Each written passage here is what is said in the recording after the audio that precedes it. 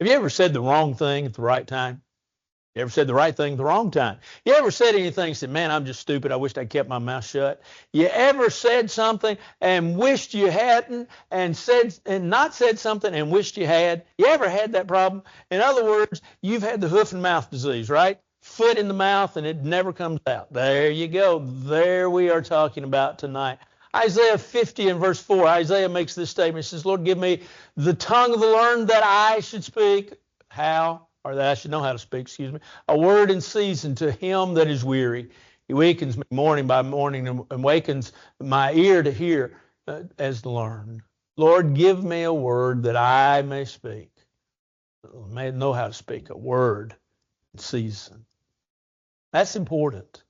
Because sometimes we all do. We say the wrong thing at the wrong time, the right thing at the right time. You know, all the scenarios.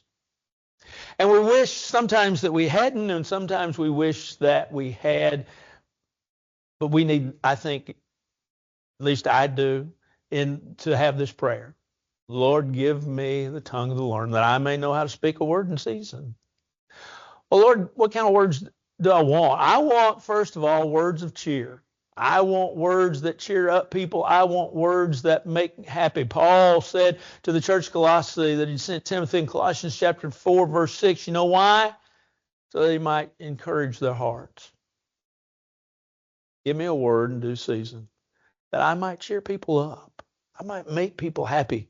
That I might make people smile. We were Ken and Jim and I had gone this afternoon to carry the Lord's Supper to a sweet lady, and I kidded her about a sack race. I have gotten a lot of use in hospitals and in nursing homes about sack races at midnight up the hall, and I've said something about it, and she looked at the other two when I asked. I said, "Now don't miss the sack race." She looked at Jim and Ken. She said, "Is he just saying something, or did they really have a sack race?" You know, I'm sorry, I'm a little off center. And so consequently, you know, it gets me in a lot of trouble. But I just want people to laugh. I want people to smile. I want people to realize life's short. And so, Lord, give me a word of cheer to folks that are going through difficult times. Give me a word of warning, Lord. Give me a word that I can warn people. You know, we like to be warned. You might say, I don't like to be warned. Oh, yes, you do. You drive down the road, don't you want to see road signs? You want to know if that road's this way or if it turns off to the left or turns off to the right. Last year when we went on vacation, we went to Blowing Rock in North Carolina and then Helen, Georgia. We went into some of the Blue Ridge Mountains. And I wanted to know as I was driving which way the road went. I wanted to know those things. We want warning signs. We like warning signs. We like to be warned because we want to know what's coming up. Sometimes we need words of warning to individuals. Think about Jonah. Jonah went to Nineveh and preached the gospel. Now, Nineveh repented, thankfully. But Jonah warned them because Jonah basically told them this: repent or you're going to perish. You see, he gave them a word of warning. We need those words of warning. You think about individuals that gave words of warning. Think about Paul as he left the church at Ephesus in Acts the 20th chapter. Paul's on his third missionary journey. He's been in Ephesus for about 3 years. Now, he hasn't stayed the full time in Ephesus. He's kind of been in and out for periods of time. But for 3 years, Ephesus was his home base. And as he was leaving, as he was basically ending, as we know it, the third missionary journey, going back to Antioch, he called for the elders of the church to come together. And he says, take heed, therefore, to the brethren and the whole flock over which the Holy Spirit has made you overseers. Take heed, he said. Be careful. Why? Because grievous wolves will enter in, not sparing the flock.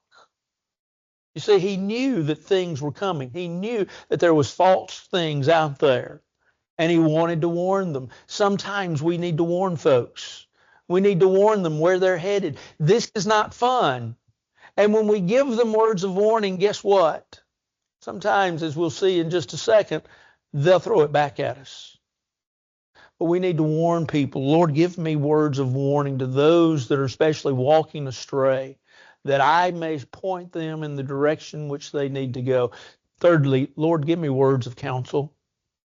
You know, a man that's wise, according to Proverbs chapter 1 and verse 5, will increase in learning. Well, how is he increasing learning? Because if you go over to Proverbs chapter 9, he talks about, in verse 9, he says that if you speak, and I'm going to paraphrase this verse, he says, if you speak to a man and he's wise, he'll listen. Counsel is important, and sometimes we have to give counsel. You know, we have professional paid counselors, and we realize that sometimes preachers and elders have to step in and give a little counsel, but we do it all the time. Neighbors, friends, you know, we counsel our friends and our neighbors from time to time because they need a little word to once again kind of, you know, see it from a different angle, a different perspective, to show them what they need to know and where they need to go. We need counsel to people that are hurting, people that need something. And so, Lord, give me a word of counsel. Lord, give me a word of reproof. This is not easy, is it? In 3 John, John says, by word of Diotrephes, that which says that when he comes again, basically he's going to straighten him out. He would love to have the preeminence, and there was evidently some things that maybe he even said about John. John says, when we come, we'll take care of that old boy. Reproof is not easy. Why? Because when we begin to reprove individuals, they begin to throw it back at us. And here's the way they throw it back at us. Judge not to be not judged. For what judgment you judge, you should be judged. Yeah, but you're using that verse out of context. I see you're judging again. Or they'll say this. Yeah, well, I know what you did. Yeah, not perfect. But sometimes folks need to be straightened out. I still believe that sometimes Christians can just show up and reprove an individual without saying a word. You might say, preacher, can't be done. I did it. There was a particular time in which a couple had not been attending church faithfully, and so I wanted to go talk to them just to see if I could kind of get them back in the straight and narrow. And they owned a business. It was a new fledgling business, and it was a business that you ate, and so therefore there are peak times and there are valley times. So I went in a valley time. And I really was just going to order something and just say, hey, miss you at church, and, you know, hope everything's all right, and can we do anything for you? But it was one of those valley times, and so she invited me to sit down. He was not there, and she invited me to sit down at a little table, and we just sat there and talked. We talked about everything. We talked about our kids. We talked about the weather. We talked about the economy. We talked about everything except church. I said, I really got to go. Enjoyed this. Enjoyed what little I forgot now what I ate. Really forgot because the shop didn't last long. But anyway, I said, enjoyed it, paid for it. Didn't say a word about church. But as I was standing up telling her I enjoyed it, I'd already paid for my meal. She said, we'll be at church Sunday. I didn't say a word. She knew what I was there for, though. Sometimes you don't have to speak a word. Sometimes you do. It's not, like I say, it's not easy to correct people. Because, yeah, we're wrong too at times. But Lord, give me a word. Why? We've got to remember what we're about. We've got to remember what we're about. And what we're about is trying to help people get to heaven. That's what we're about. That's our mission, trying to help as many people as possible get to heaven. I still remember Jay and George, we talked several times in the process of getting me here. And I remember these words being said to me. We want you to come, and we want you to help us get to heaven. Man, that's when I was super ready to come. Sometimes it means preaching those tough sermons. It means talking to you individually and saying those tough things. I don't enjoy that, but Lord, give me a word of reproof and give me the courage to say it. You need words of comfort. Life has its heartaches, it has its hurts, it has its disappointments. It has its times in which truly we just don't want to be where we are. And we need somebody to come, put their arm around us, and just say, I love you. Lord, give me those words. The Lord gave me those words. Lord, often as I go through and read the Bible and study the Bible, you come across those passages that you know well and you love and are comforting to you. Joshua chapter 1, Psalm 23, Psalm 100, on and on and on and on and on we could go. Lord, give me the words that I have, that I may speak a word of comfort to individuals that are hurting, to individuals that are going through tough times, to individuals that simply need a pick-me-up.